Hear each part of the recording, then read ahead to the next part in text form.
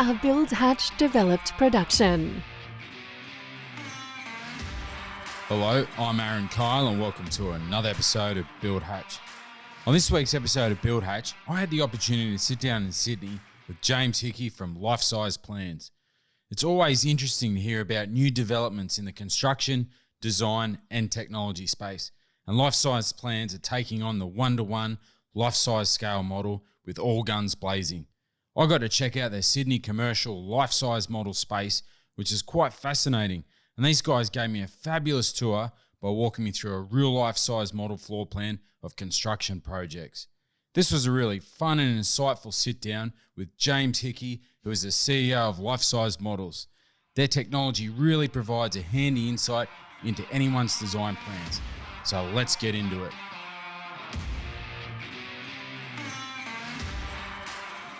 James Hickey from Life Size Plans, welcome to Build Hatch. Thank you. Looking forward to it.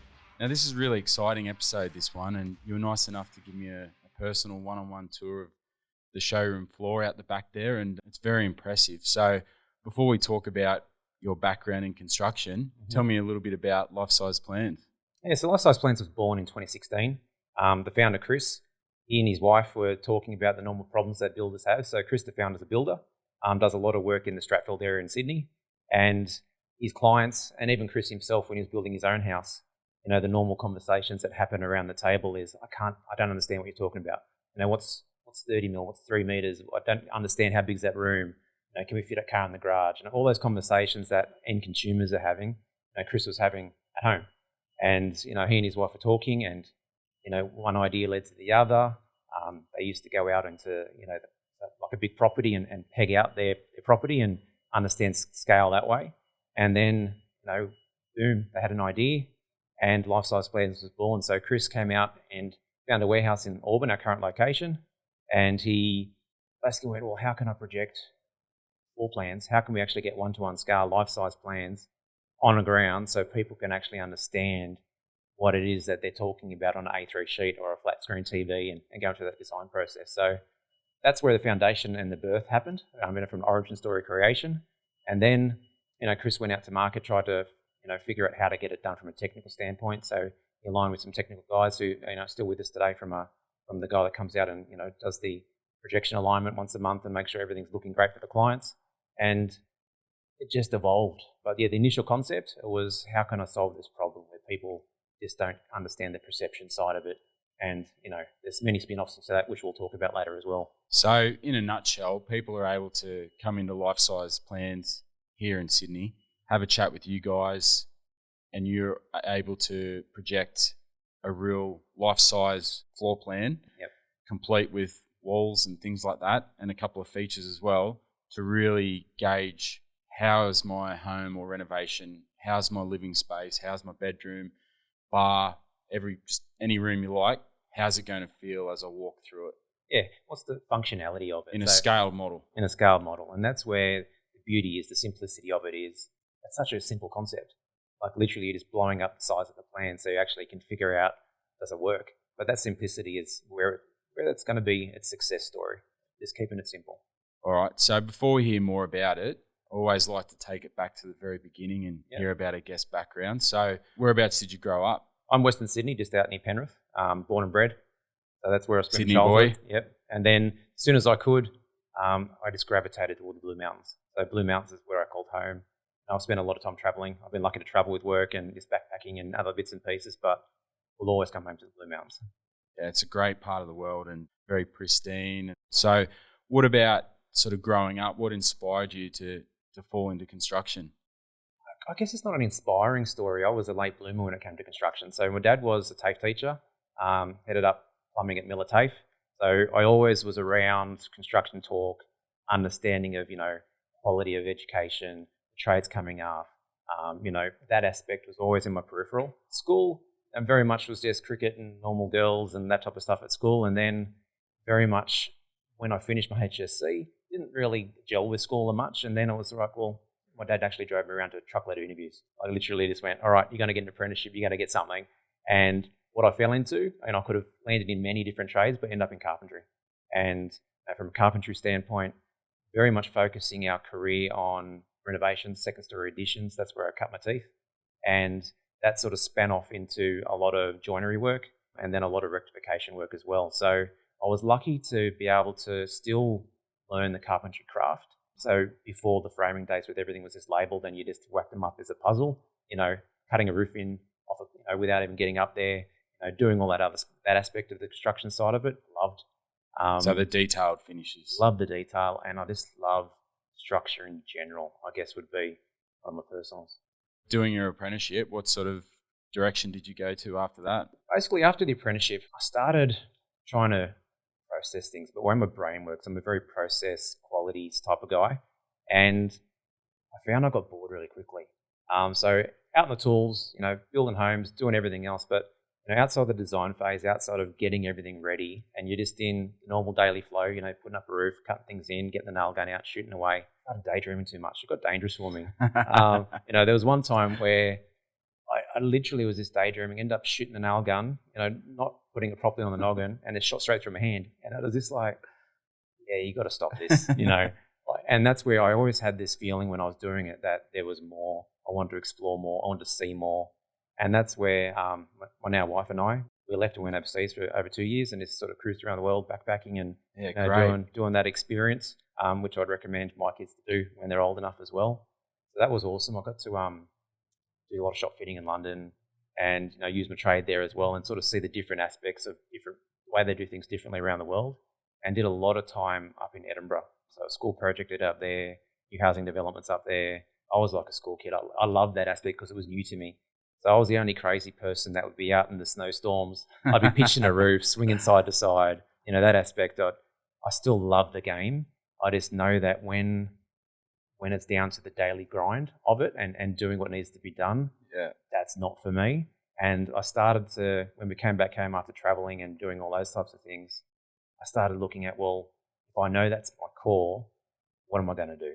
And so a friend of mine, he was in a construction company and they were needing some supervisors, and I went, I'm not quite sure if I can work for someone, but I'll give it a crack.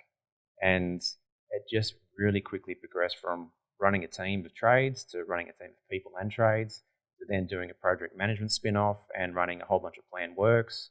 And it turned into running multi-million-dollar P&Ls. Then it turned into running multi-million-dollar change management programs around the world.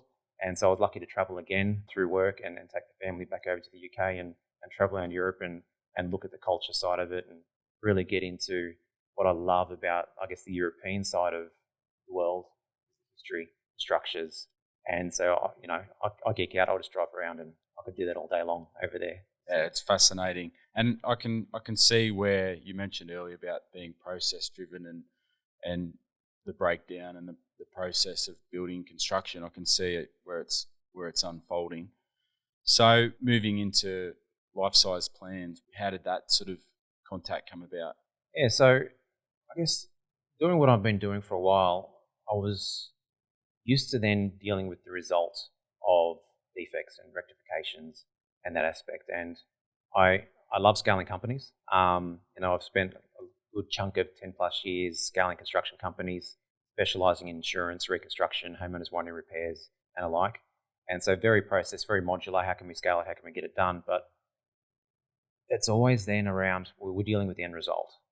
And yes, we can fix homes, and yes, we can build companies that can fix thousands of homes a year when catastrophes come like Christchurch earthquakes and cyclones and alike.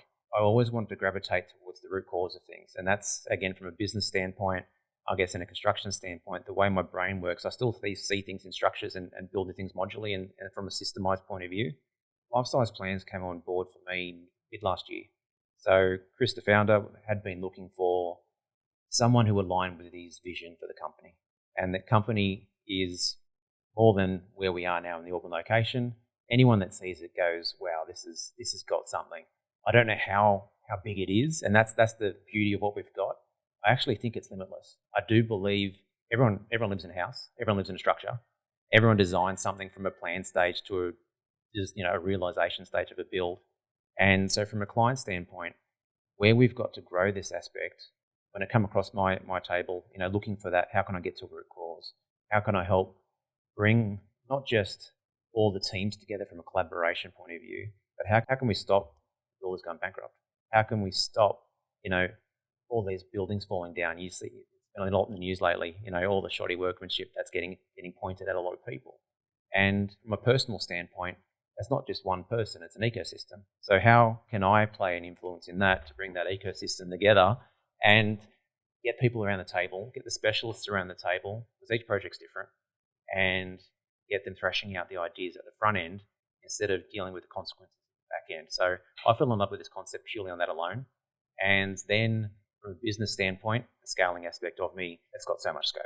I think you mentioned a couple of things there that I'd like to touch on. You mentioned about the word ecosystem, and I think that word sums up construction very, very well. And particularly from my perspective and the disputes that I'm involved in and the relationships that I see, it all sounds good and looks good on paper, but actually behind the scenes and getting things under process, it's quite a challenge, and particularly in construction with multiple parties, with multiple interests and things like that. And so that's where the tension lies. The other thing that I find fascinating all the time, particularly in construction, it's so difficult to run a business in terms of the day-to-day operations, but then having the vision and the futuristic view of where do I want this company to go? How do I do that? What are the systems that I have in place? So you've summed that up very well in terms of, much like a construction business, life-size plans needs to be able to build, get bigger and scale. So all of those construction principles come into the mix. Yeah, there's so much crossover in the business world. Automate what you can without the systems and aspects of it, and then let people shine with what they can do and what they can bring. So I guess the ethos I try and build in any company is bring people in, and you bring them in because they're skilled at what they do, and remove the obstacles out of their way so they can do what they do. And that's systems and processes and that aspect of it.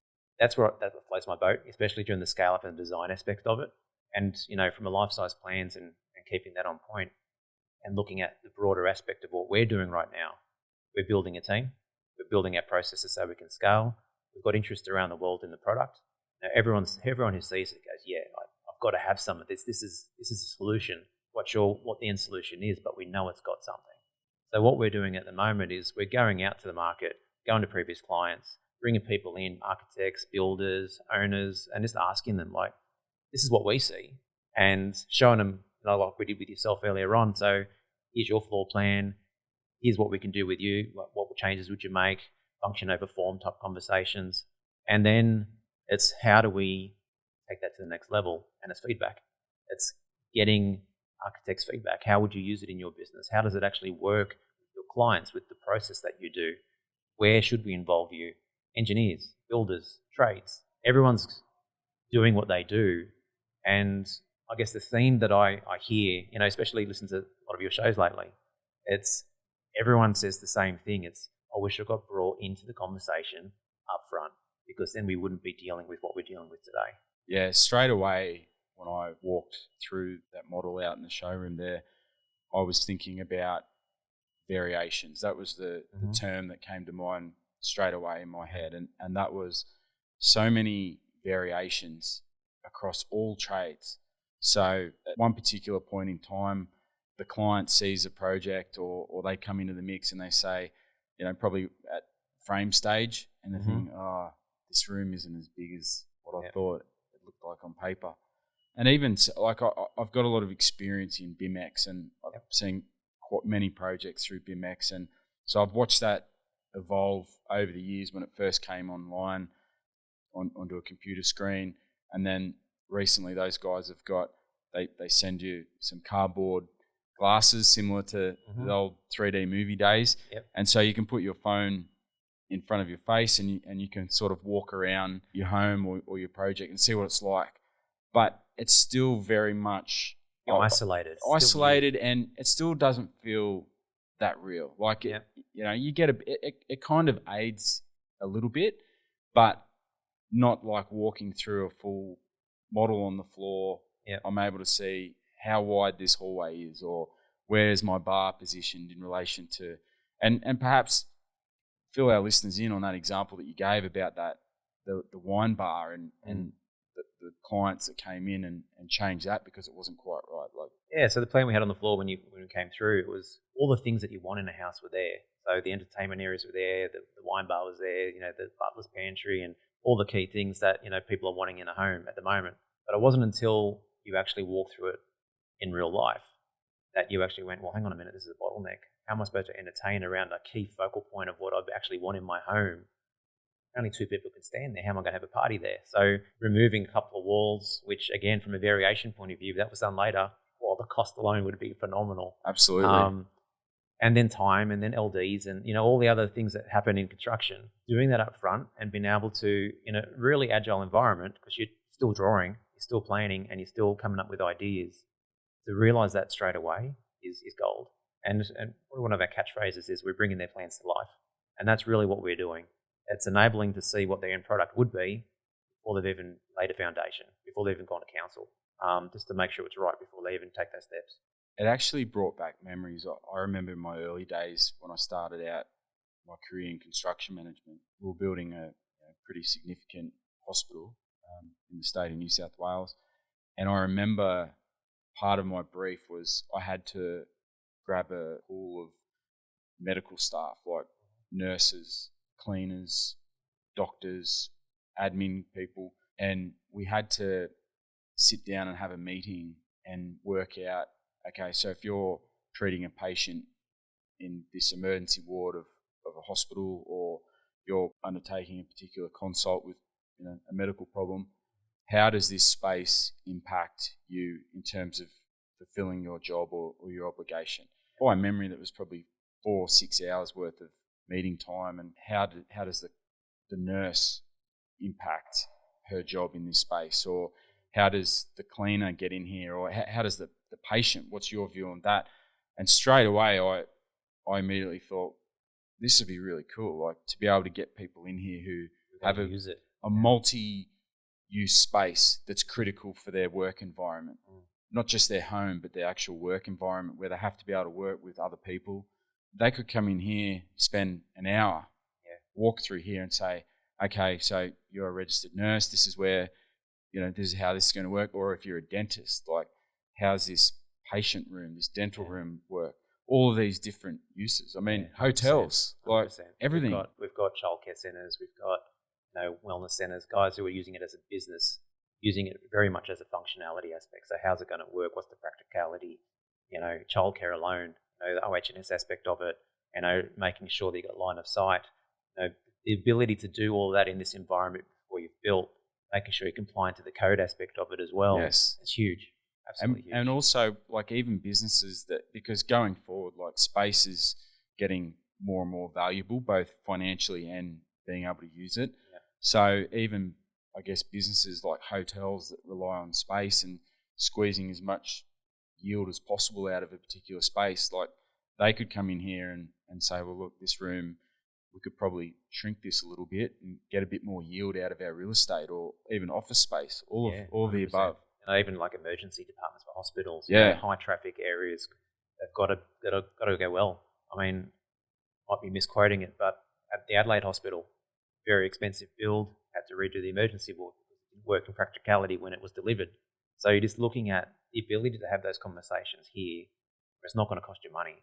You're not going to be spending hundreds of thousands, millions of dollars in variations, and then you've got the LDs, and then you potentially are sending people bankrupt too, because someone's got to wear the cost. Even the tension of that relationship where the party says to the builder, oh, look, I was expecting this space to be bigger than that. How much is that going to cost? Because a lot of people are budget driven. Yep. So being able to, I guess, de-risk early on, like you said, talking to a lot of guests and the feedback that I get, and even from my job, my day-to-day job that I see, a lot of the tension comes about where people aren't involved early on. And it's not anyone's fault. It's just the way the industry is, that the painter might not come into the project until later on, and so when the paint goes on the wall, it's like, oh, I thought this space was going to look bigger. But it's unreasonable for that painter to come early in on the job, because unless they're nearby or they're not strict on budget, they've got the money and the time to be able to call into that job and have the early on conversation. It just doesn't happen. It does sometimes, but the majority of projects, it's still very fragmented and people are coming in independently at different stages of the job. And you've touched on a lot of points there. Like we probably talk for hours around it. So technology, how to integrate in technology. So with what we see with our product, we can enhance the industry. We can enhance that technology. So the BIMX solutions, we're projecting content. So instead of the need to have it on your goggles, you can project that same content in a life-size environment and have a whole design team, or even if it's just a husband and wife talking, they're side by side, looking at the same thing, able to get depth perception, which is massive, able to, I thought this was bigger. They can have that conversation, or this is way too small. Have those conversations before, things are roughed in and, you're moving plumbing work. You're not just moving walls, you're moving everything. So there's the integration piece, which is massive from a technology standpoint. And there's so much great tech in the market, which, especially around construction, there's a lot of innovation in how to pass the baton on to the next person. But it's very much like a virtual inbox still, where you're passing data, you're passing the plans over for the next person to do what they do. And yes, there's a lot of great companies who are doing, the proper kickoff meetings and those collaboration items, but they're still looking at that plan on a piece of paper. And the ability to blow that up and bring it to life in a life-size environment with that one-to-one scale, the conversations change because they've already built it technically. And they're able to thrash it out and talk about the spans and go, well, we're going to span it that far. All of a sudden, this bulkhead, it ruins my room, it ruins my aesthetic. That doesn't work. But they don't have those conversations until they see it. Yes, the building can span that far, the room can be that big, but do you need to increase the ceiling height? Do you need to increase the joist depth? What do you need to do to actually make it work? Have those conversations here because very soon at the moment we're projecting floor only. The next iteration is trying to link in all the other bits and pieces. So the elevations will be very, very soon from a next iteration point of view. So you can look at your section details. You can actually understand what's the height of that bulkhead going to be in regards to the room. Do you have multi-tiered step-down floors and other bits and pieces? How's it going to work? How's it going to be functionality? So the tech aspect, the beauty of what we do, we can bring it all together, and it's not just in isolation. And that's, I guess, our key thing. My catchphrase, it's like a collaboration space. And we're able to bring everybody in so they can actually talk. As humans connect when we talk together. No matter how technically savvy we are and pass that baton on, there's nothing like the two of us standing around a table looking at what the product's going to be and having aha moments, like 50 of them in the space of an hour. Yeah, look, I think it'd be very rewarding watching a family walk in here and then going out to the factory floor out there and there's kids walking through. This is how my bedroom's going to look. This is how my playroom's going to be like. And the wife saying, "Oh, this kitchen's beautiful. This is exactly the size and the finishes that I want." Yeah, those family conversations are awesome. Yeah, even a few family fights. It's just, yeah, that doesn't absolutely. work. How's that going to work? Yeah, definitely. I mean, it's like opening the door to your new home. It's the emotion factor. Like, we're all emotional, and what we provide is that emotional context to it as well. So explain the process. Like if I'm an architect or a client or an engineer and I want to bring my clients in, or even me as a designer, if I want to come in here and have a look, what's the process like? Yeah, so reach out on the web. Everything's web-driven now to try and centralise the system's eyes point of view to make sure that it's linked to calendars, timeframes, and what you need. So I can log into the website, which is lifesizeplans.com, and I can, if you've got like a calendar app or something. Yeah, so it's a form at the moment, and that form goes through to our team, and our team will triage it with you. So a huge part of, we need to understand where you are in your life cycle of your build. Where are you? What type of people do you want to bring in with you? Is the husband and wife, have been... So do they sort of fill out a bit of a brief? It's a brief on the initial inquiry, and then it's very much around that personal context with our team. So the team is asking the right questions based on where you are. So are you an architect? Is a different question of your husband and wife who are building a home. Yes. And, if the architect conversation is, well, how far are you down? What type of home is it?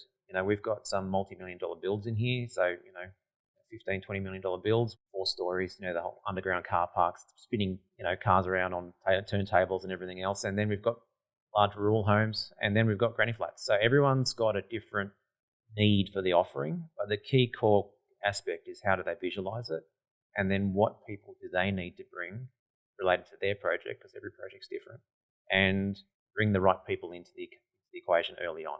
So some people it's builder and owner, some people it's architect, interior designer, builder owner. Some people, it's just husband and wife.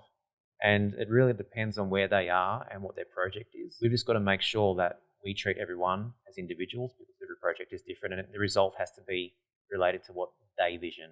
Yeah, look, I think it'd be really great being a builder and not necessarily charging a client for the time and cost to come in here, but sort of just doing it as a part of their service, like as a package. Yep. So saying, look, I have a really great relationship with Life Size Plans. What's your availability like? We'll book out a Saturday morning or something and we'll go through and you'll be able to see a full size scale of how this project's going to look. I reckon that'd be a really cool selling point if I was a builder. Yeah, the builders are really loving the product, and it's exactly the same thing. It could be actually landing a sale. It could be the fact that they've already got the sale, but they want the client to get exactly what they're visioning, and they know that it's a lot easier to do that here than doing variations down the track. We've got some builders also who, looking at learning from everybody and learning from the market. A couple of builders are going, well, I would use this as my kickoff meetings with my trades. So, it can become a whole life cycle journey pre-construction to make sure that by the time you've got guys out on site, they actually know what they're doing. You don't have to then worry about the detailed project management of it because the team's prepped. They know what's going on. They actually know the end product and they can sequence it as a team. I think that's really important what you just mentioned about bringing your team in to see what the end product's going to look. I mean, straight away I think of, say, electricians who they look at a project early on in a job and they come in and they might do roughing, but then they're sort of coming back later on in the piece. Whereas if you could get someone in, maybe even your whole team of guys, and say, look, can you allocate an hour on this day?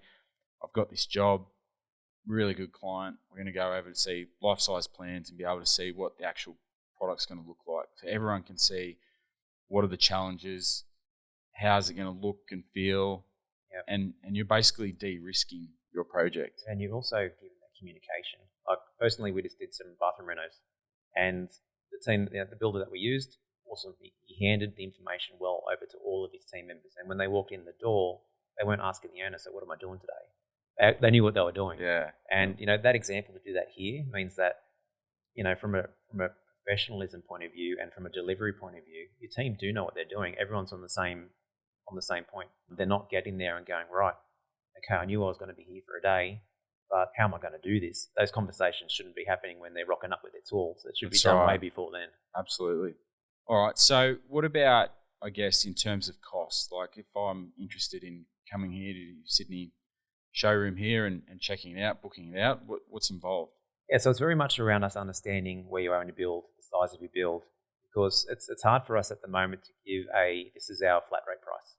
Everyone's different. So if you've got a 4,000 square meter home, big real estate, you're going to be half a day. If you're a volume builder and you're designing your next set of plans for the year and you're coming in, you're here for a whole day with your team. And so we give you the whole day rate. If you're doing granny flats, well, you're going to be in and out in technically half an hour because you only got a couple of small rooms to worry about. Yeah, so it depends on the size. It really does depend on complexity. The size. And that's the key part for us as we're packaging this up and talking of next steps in evolution. We've got a 600 square meter odd warehouse here at the moment where we've got showroom floor. We're going to be putting some elevations and everything out there as well. It's definitely not a location at the moment. It's been fantastic from an MVP, so proving the product. And where we need to get it now is we're hunting for a few locations which are more customer driven. So a place that you'd actually want to hang out at because you need size and scale, which aren't exactly in your local neighbourhood. No, it's hard to find. So the challenge of what we've got is you've got industrial areas, you've got some retail areas, and it's sort of like a hybrid between the two. Next to IKEA? I mean, IKEA's done it very well, haven't they? I mean, they've got the same problem. Yeah, very much in line of sight for look where how we're successful looking. those guys are. Again, going back to ecosystem, it's affiliating, being next to the home centre style areas, which means that you can be, for us, partnering with furniture places, partnering with, tile and brick places, everywhere that they can be shopping and taking that next experience. I mean, they're on a high. They've just come in here and been immersed in their plan, visualising, being able to see what's going to happen. And for us then to be a part of a broader community where we can actually then have everyone taking that next step together and even referring, because some people come in and they don't have a builder. If we know that we're affiliated with, maybe a Hills builder who does a lot of one-offs, well, we know your guy. And we're able to do that lead generation as well for people and really connect them to the right people in their industry. I actually, my mind's racing a million miles an hour at the best of times, but I'm actually thinking like product placement, where you can project an LG TV in the lounge room or every room for that matter, or it could be a full like life-size plans. It's a life-size experience, when you walk in here. Because I started to think when I walked in here and I saw we've got the kitchen in the background and we're sitting down in the living room here or the dining room, and it's an experience. And I think it's quite clever and strategic from your perspective, where people walk in here, they come down the stairs and they see the kitchen. So before they even go out to the showroom, they're already in tune and in sync with how things touch and feel. Yeah. They're in home mode, so that when they walk out to the showroom, it's fresh. It's come straight off the bat. So, imagine walking out there and you can choose carpet selections and tile selections and partnering up with these guys. So they can say, I think this mosaic tile would look really good in my bathroom. Like, yeah, exactly. And opening it right up. Really hunting for that prime location for our next step in Sydney, and being able to have that trade area where we've got fridges on display, we've got ovens on display, tiles, staircases, all that stuff there. And what we're going to try and do from a tech spin-off, since, tech is a huge part of what we're doing here in projecting content, we're going to be looking at projecting some of that stuff as well. So instead of needing to constantly redo our showroom, we can digitally have a wall, hit a button, and it's there, and you can actually understand. Well, I want a granite bench top, swipe left, swipe right. I know it's timber. Timber's best for this. I'm going to choose timber. So it gives the ability to be using the projection technology that we've got to really max it out to what we can, but knowing that people love to touch, they love to feel things, they love to get that too. So it's blending. Even smells, like the smell of leather, and we've been looking at what smell can we patent. What smells like home. And so definitely, there's so much different things to think about from a customer centric point of view. Because at the end of the day, what we're offering is the ability for people to really feel and understand what they're going to be spending in Sydney, $1 million to build a home. So that's right. For that to happen, you got to know you've got it right, and for us to bring that emotion to them and help them know that it's almost like they've opened the doors for the first time when they walk into our facility, and they've been able to actually feel that it's right, not just from a function and form and everything else, but they feel that this is my home and this is going to be what we want. That's where the key aspect of it is, where they know they've done the right thing.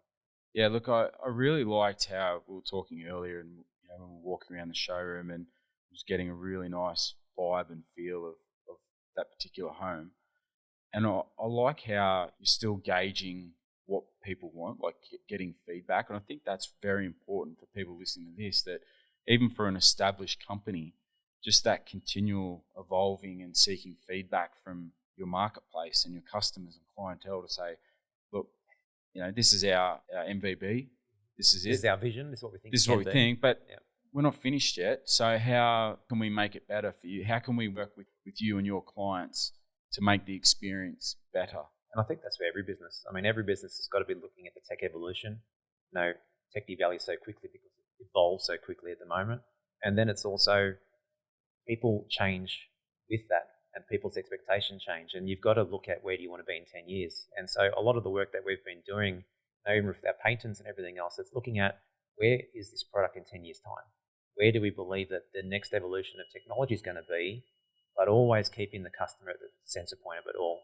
And for us, it's around the ecosystem being at the center point of it all, because it's not just about one person in the design chain. It's not just about the end consumer, because we're all doing it for the end consumer, but everyone has a piece, and everyone's trying to add value in their own way, their own speciality, their own passions.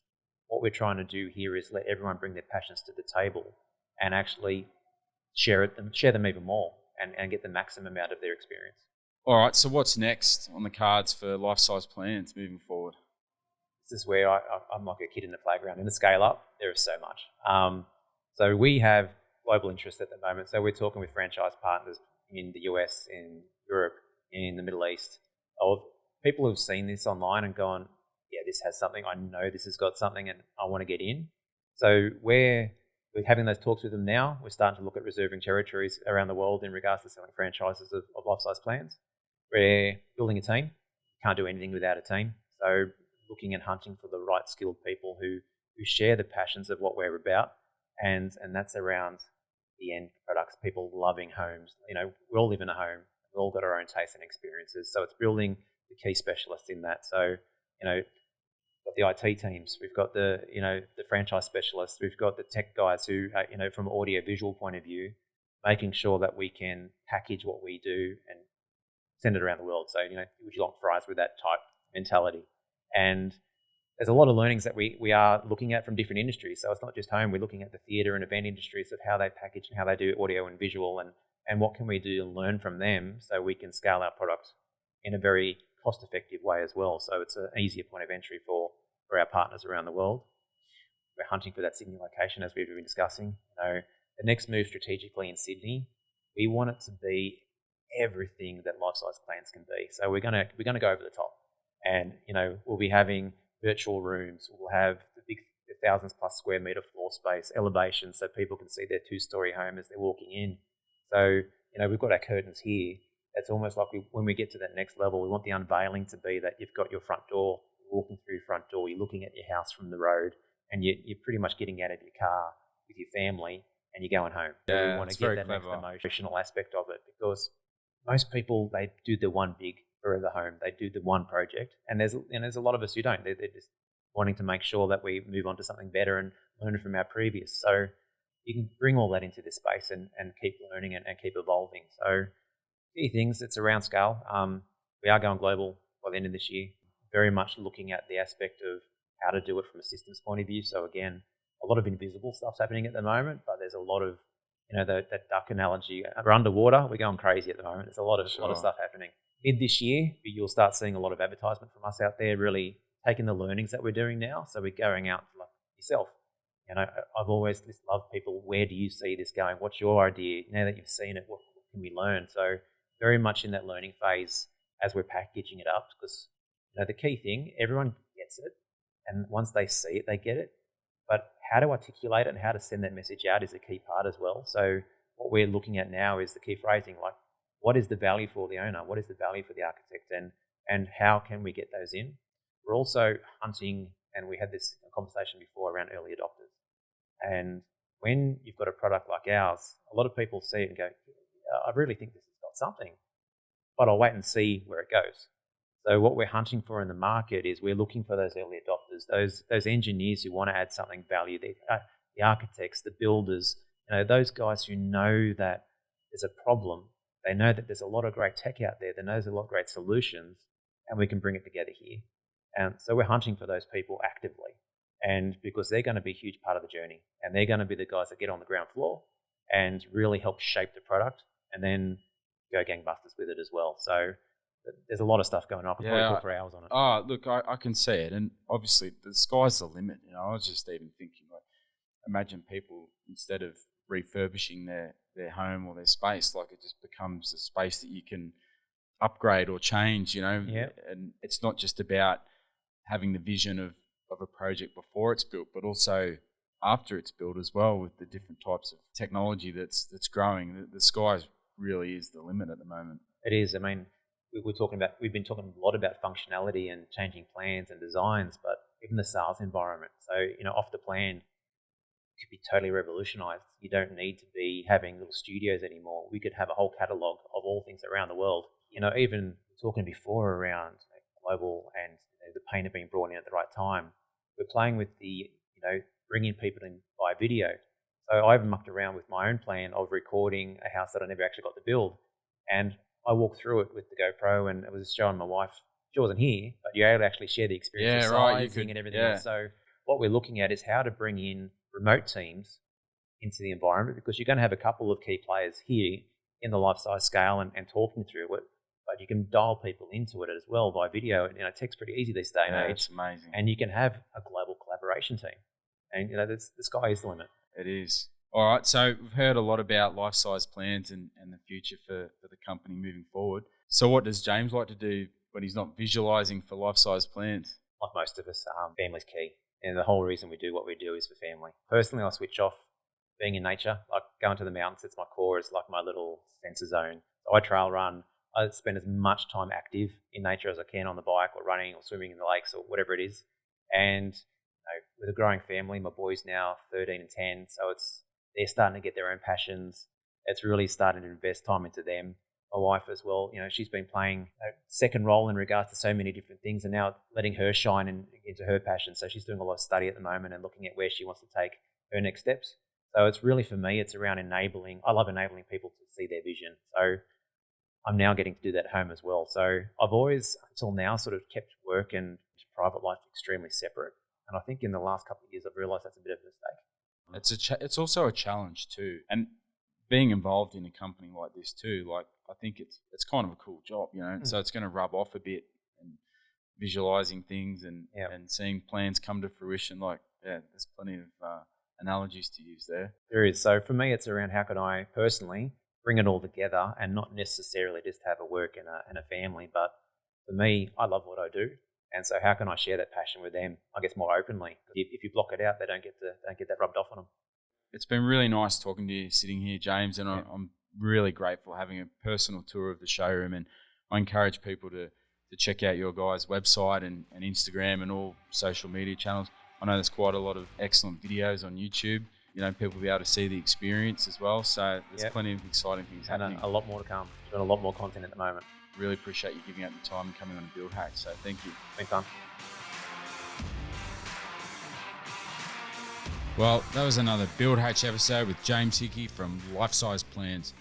It means a lot to me, all the positive messages that are coming through every week, the stories from builders, subbies, contractors, anyone out there that's doing it tough right now, reaching out, saying g'day. It just blows my mind every single week. So please rate our show. There's so many amazing people out there, some incredible stories, some we've already told and some that we haven't told yet. So if you've got a great story or you know someone, keep writing in. The love and support that you guys have shown, I can't thank you enough. And as usual, please check out our Instagram page and all our socials, where you'll be able to learn more about our guests and some of the features of the work that we talk about. I say that every week, but I really mean it. So have a great week, and you'll hear me again on the airwaves next week. Thanks for listening to another episode of Build Hatch. You have experienced a Build Hatch developed production.